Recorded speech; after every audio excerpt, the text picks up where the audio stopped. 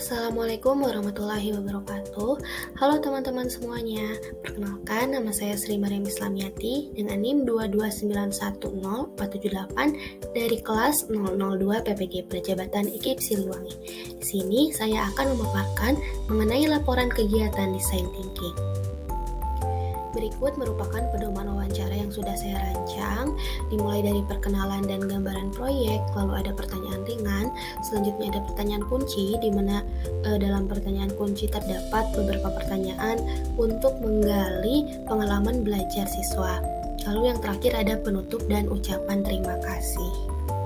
Saya melakukan wawancara kepada 4 peserta didik dari kelas 3. Nah, pikiran yang dominan muncul pada saat wawancara berlangsung yaitu kekhawatiran tidak mendapatkan data secara maksimal karena peserta didik di situ menjawabnya secara singkat dan padat.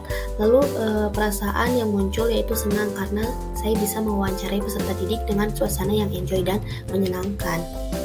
Lalu hal baru yang saya temui setelah wawancara yaitu kemampuan peserta didik di kelas rendah dalam menjawab pertanyaan itu terbilang singkat, padat, tidak bertele-tele, dan terkadang menjawab pertanyaan dengan jawaban yang random gitu.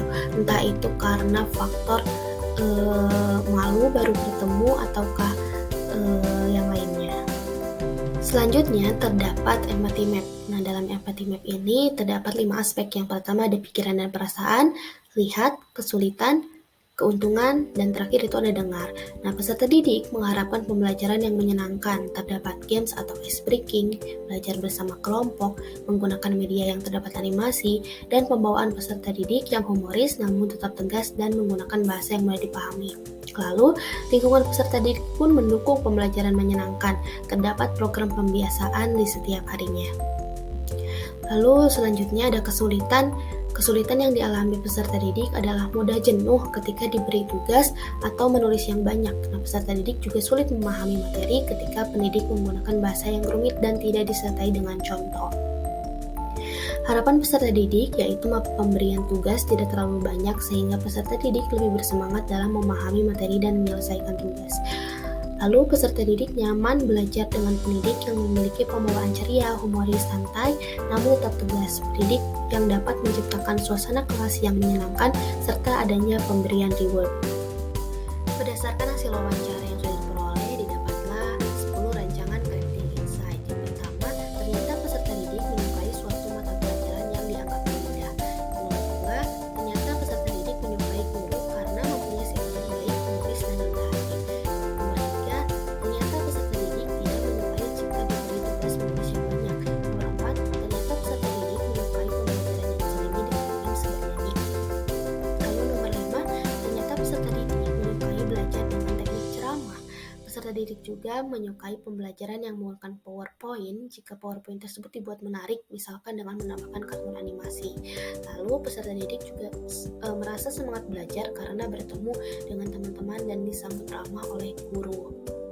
Peserta didik pun hanya melakukan kegiatan belajar di sekolah dan di rumah jika ada PR.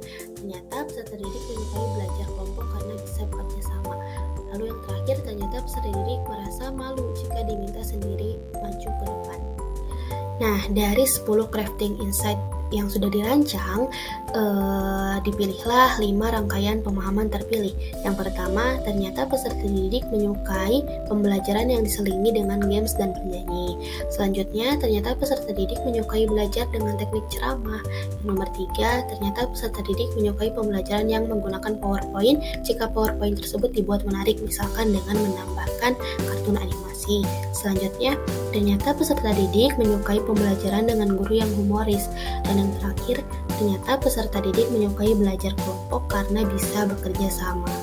Nah, dari data-data tersebut diperolehlah informasi, inspirasi, dan memorability. Informasinya yaitu peserta didik merasa senang jika pembelajaran dengan suasana yang menyenangkan diselingi dengan nyanyian dan games. Peserta didik menyukai pembelajaran dengan menggunakan media yang menarik, namun harus disertai juga dengan penjelasan dari gurunya. Peserta didik lebih senang belajar secara berkelompok daripada individu. Lalu inspirasinya yaitu Membuat suasana kelas yang nyaman, menggunakan media pembelajaran yang menarik disertai dengan penjelasan dari guru, menyisipkan ice breaking dan memberikan kesempatan kepada siswa untuk bekerja sama secara kelompok. Lalu untuk memorability-nya, pembelajaran yang berkelompok dan juga menyenangkan. Berikut merupakan desain challenge yang sudah dirancang. Yang pertama, bagaimana kita bisa membuat media pembelajaran yang menarik agar peserta didik kelas 3 dapat memiliki minat belajar yang tinggi. Lalu desain yang kedua, bagaimana kita bisa menciptakan pembelajaran yang berbasis keterampilan abad 21 agar peserta didik kelas 3 dapat memiliki motivasi belajar yang tinggi. Lalu yang desain selanjutnya, bagaimana kita bisa menciptakan suasana belajar yang nyaman agar peserta didik kelas 3 dapat memahami materi dengan baik. Desain selanjutnya yaitu bagaimana kita bisa membuat media pembelajaran yang konkret agar peserta didik kelas 3 dapat memahami materi dengan baik. Lalu desain yang keempat, bagaimana kita bisa menciptakan pembelajaran yang menyenangkan agar peserta didik kelas 3 dapat memiliki perasaan nyaman saat belajar. Dan desain yang terakhir yaitu bagaimana kita bisa menciptakan pembelajaran yang berdiferensiasi agar peserta didik kelas 3 dapat belajar sesuai dengan kebutuhannya.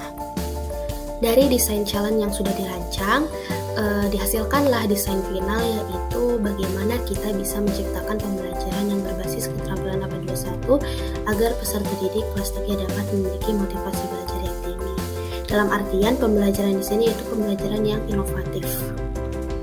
Nah, untuk melaksanakan pembelajaran inovatif, dirumuskanlah beberapa ide sebagai berikut. Yang pertama, menerapkan unsur-unsur abad 21, lalu selanjutnya menerapkan TPEC, pembelajaran berbasis neuroscience, lalu pembelajaran berbasis pendekatan kolaborasi seperti PBL, PJBL, dan lain sebagainya, lalu menerapkan HOTS, dan terakhir menerapkan pendidikan karakter. Sekian pemaparan dari saya, kurang lebihnya mohon maaf, semoga bermanfaat. Sekian dan terima kasih. Wassalamualaikum warahmatullahi wabarakatuh.